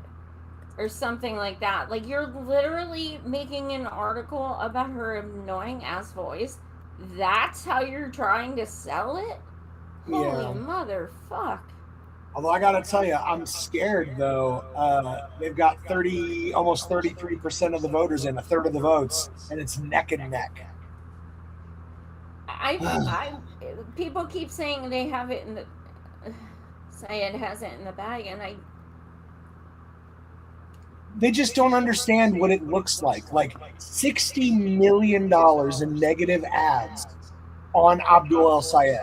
Well, and I was talking about one of my girlfriends last night, and I said, look, you got, because she was saying, well, everywhere you look, everyone loves him. Yeah, but how many of them are in his district in Michigan? That's the only thing that matters. That's it. We all can't vote for him. I mean, he actually made a really good point I think it was it was either an interview or a debate, I forget now. But he had said, as he was like signing off with his little statement, he's like, well, we're going to go to a commercial break here in a second. But you should notice, as soon as we go to a commercial break, they will do an attack ad against me. That will show you how much money they're spending against me. And then he was right, but he was wrong. It wasn't one attack ad, it was 3. And it's like, he's trying to tell people, it's like, guys, they're spending the most money that has ever been spent in a primary race in all of American history to stop me. Which means they're trying to stop most was all. Mondani. Yeah. Yep. This has been the craziest political season. It's like each primary race is more money spent by AIPAC than the previous as it tries to take down each like socialist Democrat. It's wild stuff to watch. Why? You know, it was crazy because I was looking at my memories on Facebook, and 8 years ago yesterday, I posted, "Get your ass to the polls for Abdullah Syed." 8 years ago yesterday. Wow. I thought he was going to win then, too, but they were different times. That was back when Bernie Crats were running, you know what I mean? And we had thousands of Bernie Crats running, and we believed all of them were gonna win. But now, with, you know, the Holocaust happening and shit, people are more fervent. They're more like, we need to get people elected. Well, and it makes sense. It's like you look back to shit like the Vietnam War. It sparked an entire generation of protest. Yeah. You know, it's like you put people through this shit, and eventually they're going to stand up. You know, the only difference between then and now is now we're in the panopticon. Now they're claiming that you're a terrorist. And the thing is, the court might rule in a year and a half that your detainment was illegal. Yeah. But that'll be in a year and a half. Yeah. So when are we thinking we're getting results? For the finals on this one, I don't know, but it's updating as we speak. Like I said, it's now 34.5% counted, and he's up to 49.7. She's at 46.7, so he's 3 points up. But like I said, it's been pretty neck and neck for the last 15, 20 minutes. I've been eyeballing it hard. Yeah. I saw a picture of her with her pointing to her "I voted" sticker. Yeah. And I was like, you know, I said, I didn't realize Netanyahu was on the ballot, but, you know, there were a bunch of comments like that. You know, I have to say this about Haley. I don't like her, not because of the AIPAC money. I mean, that's a great reason to dislike anyone. But my issue is I hate insincere people. Like people who like are putting on like an obvious front. Those people gross me out because I'm like, who are you really? You know, I feel like I'm in a Scooby-Doo episode. I just want to pull the mask off and see who's underneath it. But I'll give you an example. She said it the other day. I don't even remember what she was being asked about. But as she was responding, she just threw in a gosh golly in the middle of it. But you could tell that it was like strategically placed and weaponized. She's like she doesn't talk like Elizabeth that. Warren. Yeah, she doesn't talk like that. Warren would be like, "Granddaddy said that I'm Native American because I have high cheekbones." And then she'd be like, "Aunt B told me when we would make pie standing in the kitchen." And like, I mean, it was so gross and fake and just like, oh my God. People see through this shit. I'm kind of blown away by it. Anybody who would vote for her ass, considering how hated she is. I am scared he's gonna lose. I really am. I really am. Well, the thing that they've done, and it's so brilliant, is they've put all their money on, yes, maybe Haley Stevens isn't the best candidate, and yes, maybe Abdul is who you want, but it's electability that matters, and if she runs, then people will definitely vote for her, but not Mike Rogers. But if he runs, they'll vote for Mike Rogers and definitely not for him. And it's like, you motherfuckers are so disingenuous. It's whoever gets the most vote is the most electable, not who you say the most electable. Like, it's who has the votes. Yeah. So they're trying I to just convince feel you like don't this even is so vote for him in the primary. contentious. Like I'm concerned that a fucking riot is gonna break out if he does not win. Because I know it sounds like sore losers, but look, if he doesn't win, I'm sorry, there's fucking something shady going on. You know that dude Masterson, the guy that does the protest videos, the funny protest videos? Anyways, he did one where he was following Haley Stevens to two different campaign stops. Oh, He chased yeah, her yeah, down yeah, yeah, yeah. both of them. He chased her out of both of them. It was fantastic. I saw, yeah. Oh, it was so good, man. I just love it. And that's what I'm saying. Like, when you can't even go out in public and shake hands anymore because people are going to be reminding you the crimes that you are associated with. Like, how are you ever going to win an election when you can't even press the flesh? Like, weird. You know, one of the reasons I want Abdul is because he straight up said, no, I'm not voting for Hakeem Jeffries. What? Nobody's ever fucking said that. Like he's saying shit like that with his whole chest. Is he gonna stick to it? I don't fucking know, but I know one thing. It shouldn't have taken balls to say that, but it did. Yeah, no doubt. Also, because of being a doctor, they are bringing Medicare for All back into the conversation.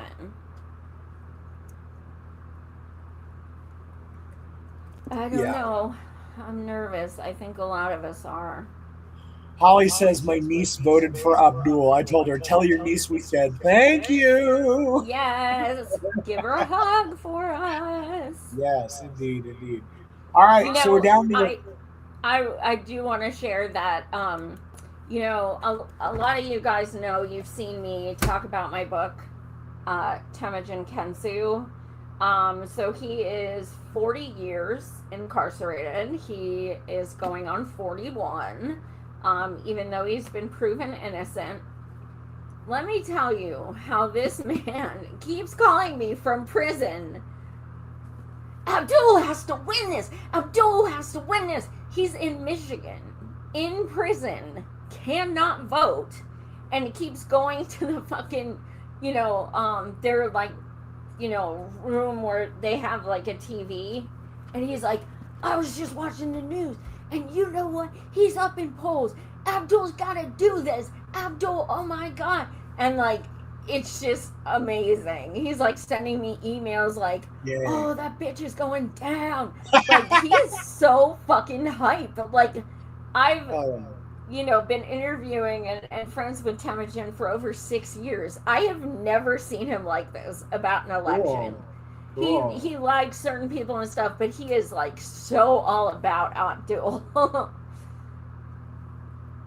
right, so we got a few different funnies that you sent. You got one that you, as a 10-year memory between the two of us. I'm going to read it here. Yeah. It says, Joy wrote this about me. She said, this was my inseparable partner in crime at the Occupy DNC. He rode on a bus for 4 days to get here from Oregon. After several bus breakdowns, overbookings, witnessing robberies, and having seats next to porta potties, he made it, and I couldn't have been happier. He is by far one of the kindest, most genuine, most compassionate, most positive, and ultimately most all-around awesome people I have ever met. When the heat was getting to me, he got me bottles of water. When I was broken and in tears, he reminded me of why I was there. My experience would not have been the same without him. At times, he made me laugh until my cheeks hurt. Josh, I could not thank you enough. You hugely contributed to the most profound week of my life. And here's some pictures of us from 10 years ago. I think we look younger now. I don't know. What's that? I think we look even better now, like younger, after 10 years. Yeah, I mean, I was thinking that too. At least about myself. Like, I was like, wow, like 10 years ago, I feel like I kind of like aged up or something. Yeah, we aged gracefully as fuck. I'm going to say it. We aged gracefully as fuck. I'm going to say it. That was just, you know, it was on my memory like 2 days ago, and I was like, holy shit. Like, what we're referring to is Occupy DNC, the 2016 fucking psycho election, you know, where it was stolen from Bernie and all of that. And there were thousands of us protesting outside of the convention. And Josh and I took a few-hour bus ride, and he went through all that. And then we stayed for, I believe, 6 days, and it was over 100 degrees. We were marching in the streets nonstop. Every day. I literally, my shoes split in half. I remember. The first day, I still have pictures. It just split in half. So he went across to CVS and bought me like a 99-cent pair of flip-flops. That's all we had. That's all we could find. We couldn't find any shoe stores or anything. And my broke ass, I was like this. And then marching on the hot pavement every day with those fuckers on. Yep. And I just remember, I mean, it was one of the hardest weeks of my life personally. It was horrible. It was, you know, we're getting these online updates like DWS was just fired. Oh my God, yes. Oh my God, he can still win. Oh, but Hillary just hired her like 2 seconds later. Yep. Okay, what the fuck?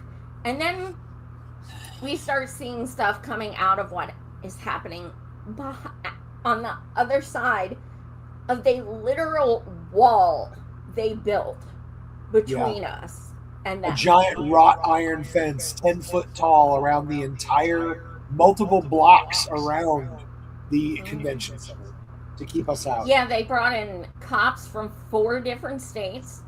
They just lined for miles. Yeah. It was insanity. And you know You've what? never Most of the seen- cops. What's that?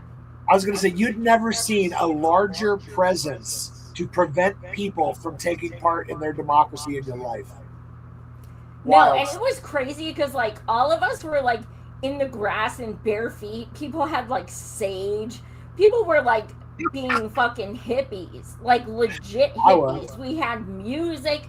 We had like hula hoopers and hacky sack players and all these things. And it's just like, you know, we had Food Not Bombs bands giving out, you know, apples. And it was like we were the most fucking chill people ever until the last night when we knocked the fuck out of that fence down and it all went haywire because democracy was denied. There were, I don't know if you guys remember this, but inside they only had one Bernie t-shirt to buy, and it was a stereotypic trope of him being Jewish. It was disgusting. People were having their signs ripped out of their hands. People had a no TPP sign, and they turned the lights out on them. Don't forget the sound machines, the white noise machines to drown out the protests. Yep. So they all the delegates just started coming out and joining us. And it just, oh my God, it broke my heart what they did. I want to share real people. quick with the viewers. I had one delegate that I literally sat on a sidewalk corner with her and we cried our eyes out. And she told me her story. She said she drove all the way from Michigan, had spent all of her own money to like get this ticket, to get out here, to pay to get into this convention, did everything because she wanted to be a part of democracy. And she did everything that she was supposed to. She was a delegate. She goes to the bathroom, and when she comes back to her seat, there's a lady in a Hillary shirt sitting in her seat. So she goes over to the pit boss and she's like, oh yeah, there's somebody in my seat. And he's like, oh yeah, just come with me. And so she's thinking, oh, is he moving me to a different section? And he walks out into the hallway to a bunch of police who then march her out and shove her out the fucking convention doors. Just out. I was with you when you talked to her. And I think one of the reasons we all got so emotional is because a little birdie came down and sat at our feet. And I just remember, like, my heart was in a fucking million pieces. Yeah. I just felt so awful for her. And everyone had a fucking story. Everyone. Right. It was... Yeah. It's like we all came there because we thought we were there to, like, witness, like, history in the making, but it was a different history. Like, we were there for, like, let's save democracy, but in fact, we were there to be witnesses to the death of democracy.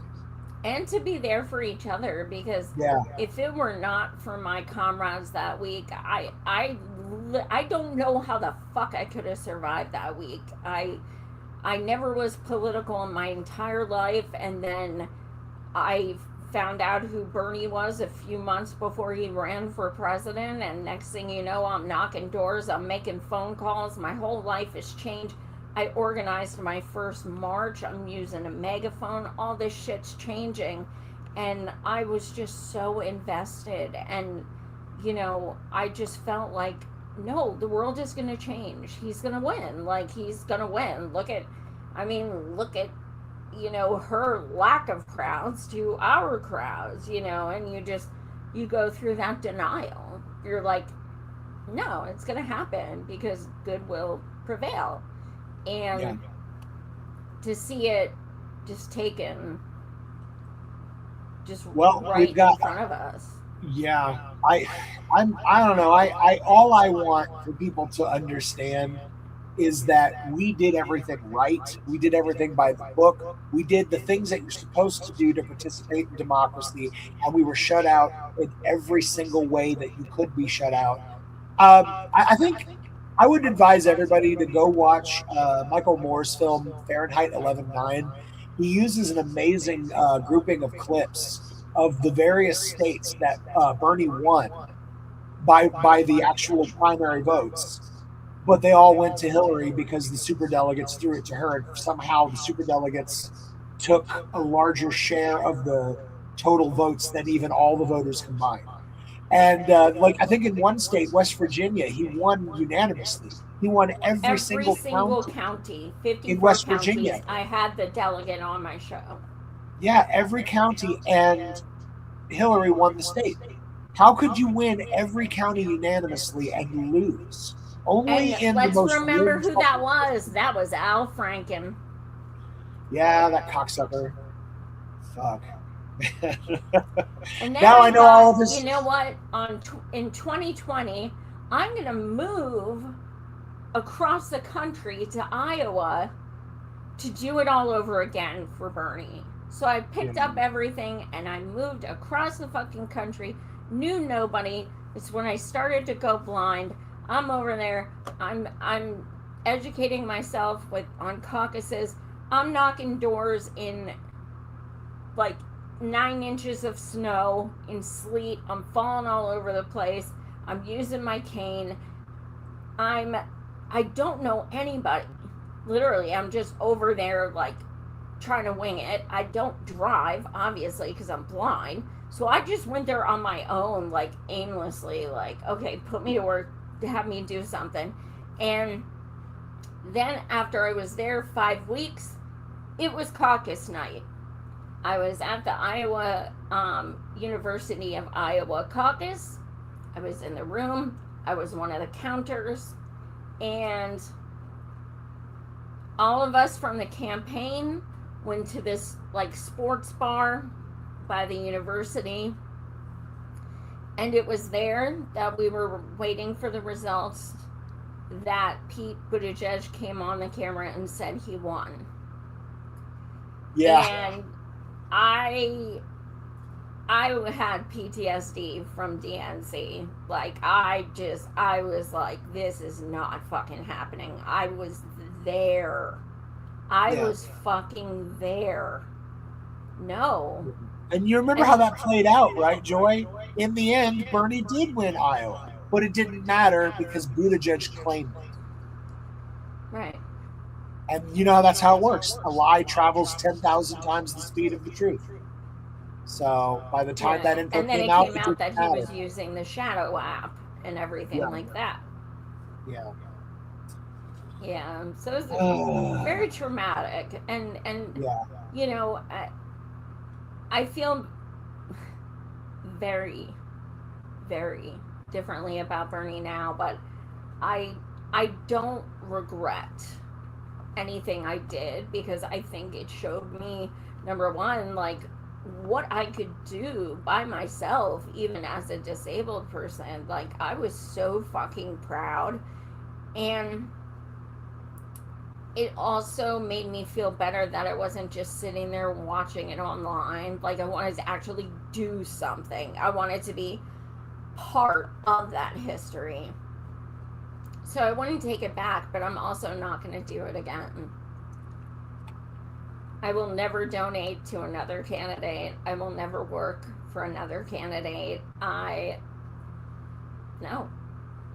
Yeah. Never. Well, maybe, but it's got to be the right one for me. Yeah. All right. So, Joy, we're down to the funnies. We got a couple here. So I want to share this one because we were talking to Haley Stevens earlier. It's short, but it's funny. Here you go. Does it have her voice? Yeah. Everybody loves her silly voice. Here we go. Our system needs to change, right? Our system needs to evolve. I want to end dark money in politics. But you're the beneficiary. Well, and certainly so is Mike Rogers. It's certainly what? She said, and certainly so is Mike Rogers. She's like, well, what about him too? Oh. I love it. She's like, I want to end dark money. He's like, you're the recipient of dark money. That's so good. I know you are, but what am I? God, that is so funny. She's like, I want to end dark money. You're the recipient of dark money. Well, so is him. Yeah. God damn, dude. It's okay if it's both of us, dumbass. What am I supposed to do? Turn down the corrupting force? Yes. I will abide if it's done, okay? But unless and until he's doing it too, so I'm not stopping. All right, Joy. So RFK Jr. in an interview said the most truthful thing that he has ever said. I have detected 0 lies in this statement. Okay, he had sex with an animal. Well, wait a minute. RFK Jr. said in an interview, he said, I will literally eat anything. I don't have a gag reflex. And I believe him. I believe him.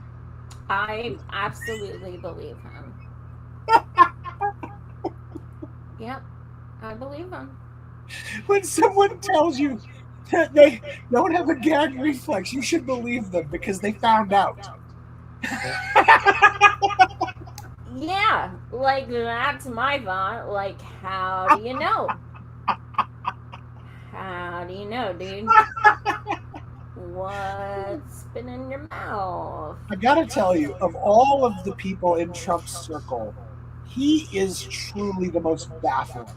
Like he's like a fucking he's like a character from like some redneck musical or something like that. He has no place existing, but yet he does. He's like in a hot tub. And he's a Kennedy. That's that's the most incredible thing. I mean, there have been some cuckoo Kennedys, but like but he takes like the cake. JFK and stuff. Yeah. Like what?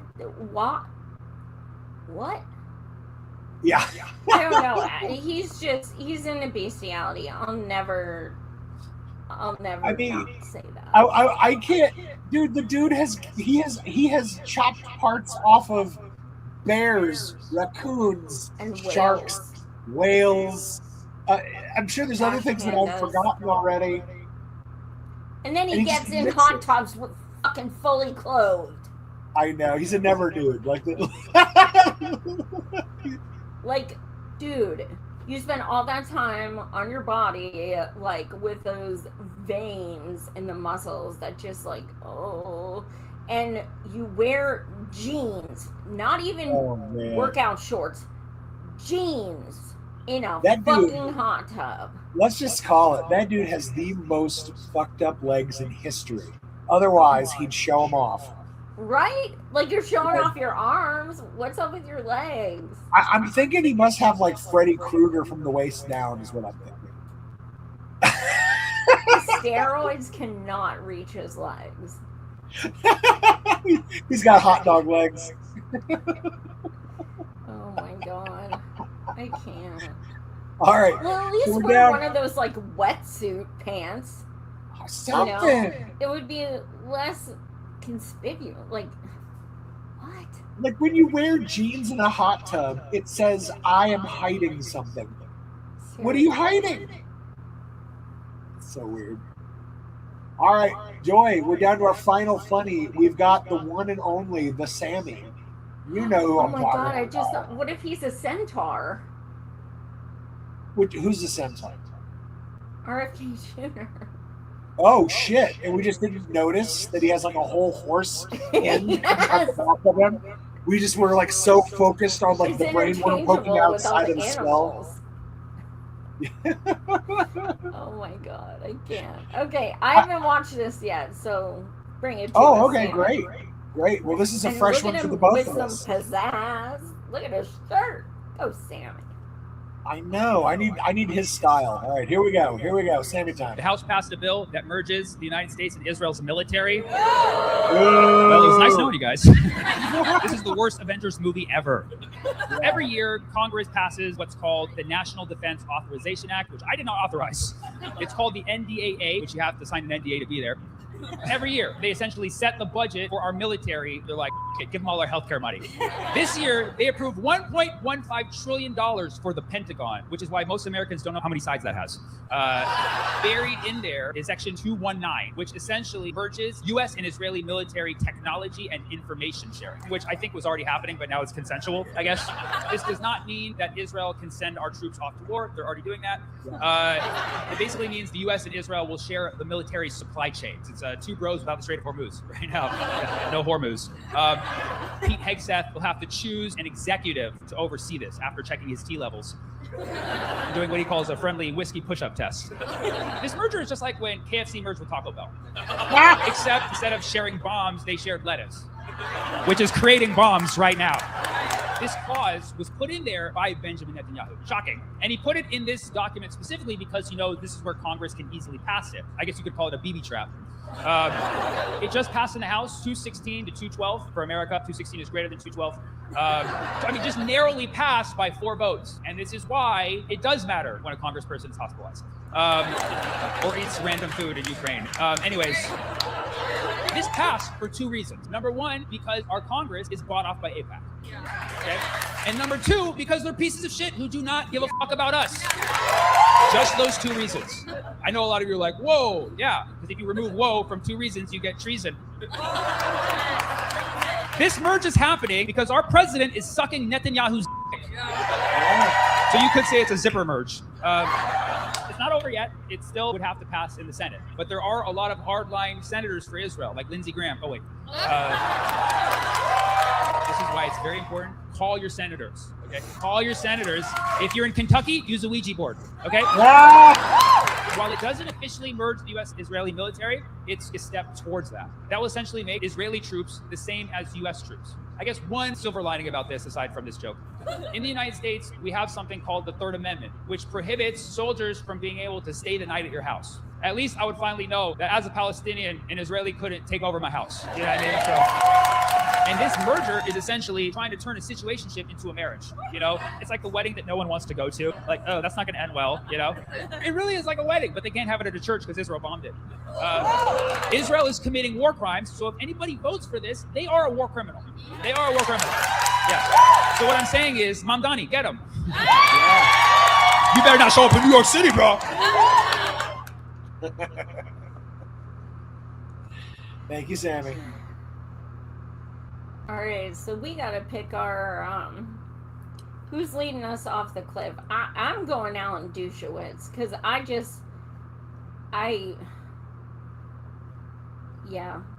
Okay, Alan Dershowitz, he's a piece of shit, and he definitely has earned his spot. But this week, because it's very rare that somebody really tries to earn the award, so this week I'm giving it to Boy George, the karma chameleon himself.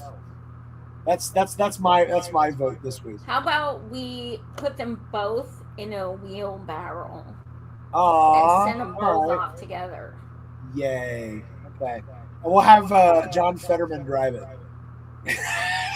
Oh, God. It'll break. I got to tell you, Joy, I saw that Jon Stewart on his podcast today interviewed John Fetterman, and I just can't. Like, my brain, I don't think I can listen to John Fetterman speak for more than 60 seconds without my brain imploding. Jon Stewart's going to be a bitch about it. Guarantee it. He has I want him so to stand up to shit. him. I don't think he will. Yo, you want to watch someone stand up to Fetterman? Watch my interview with Fetterman. The one that they literally showed on the Pennsylvania debate stage. I was about to say, I caught a piece of that on the debate. Yep. When I called him, when I said to him, you know, most of us in Pennsylvania call you frackermen. And then I said, I watched you on a stage vote shame people who didn't vote for Hillary. And he's like, yeah. And I was like, yeah, that's not democratic.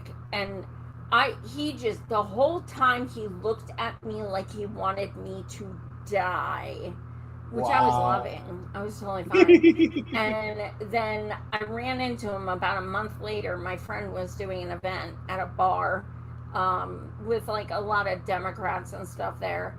And I walked up to him and I go, hi, John, do you remember me? And he goes, I remember you. And then turned and walked away.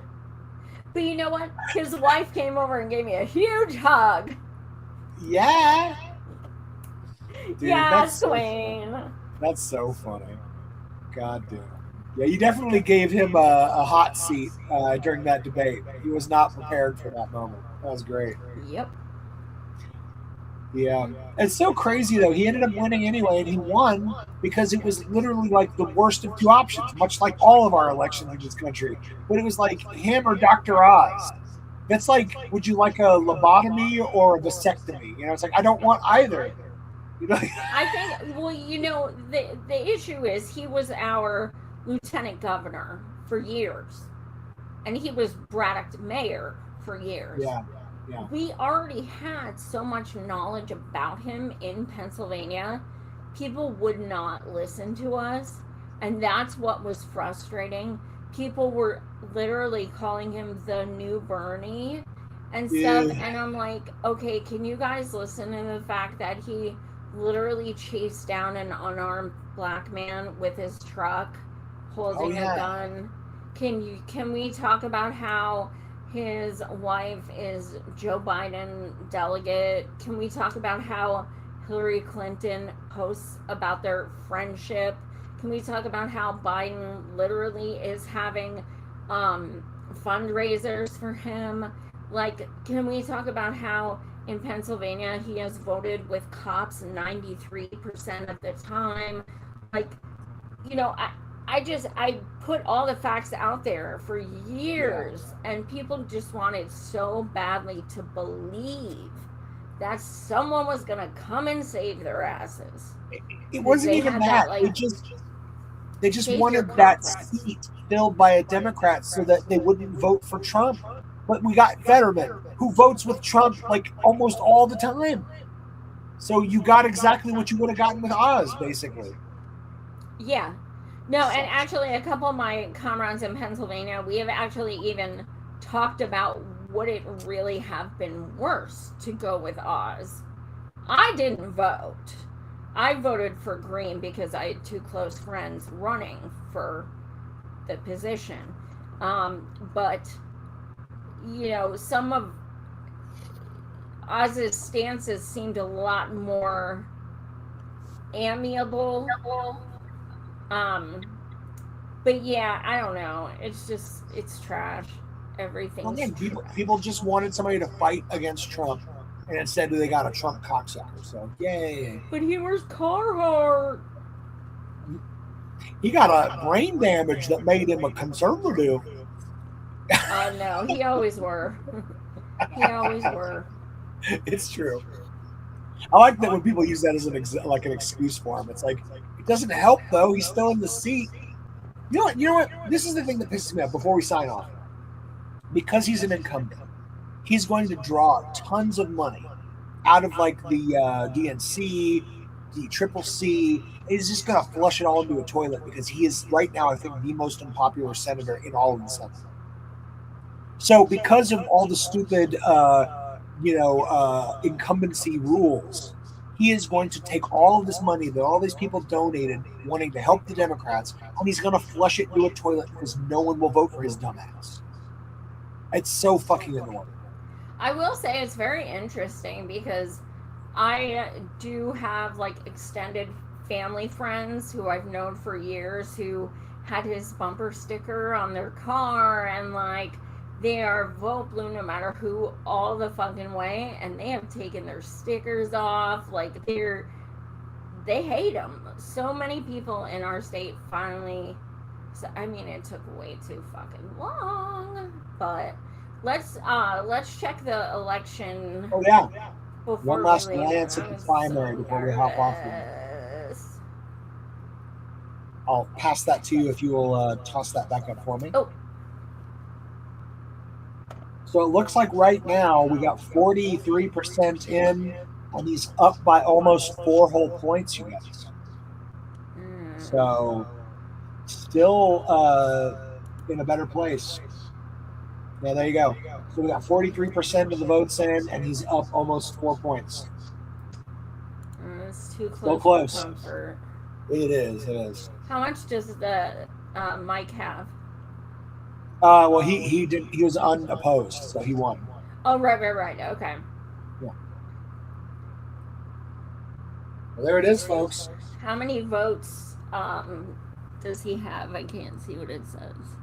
Abdul's got 318,098 votes. Haley Stevens 293,638. And you know what's so crazy? Like, Michigan is the #1 Arab and Muslim populated state. And that is why I am...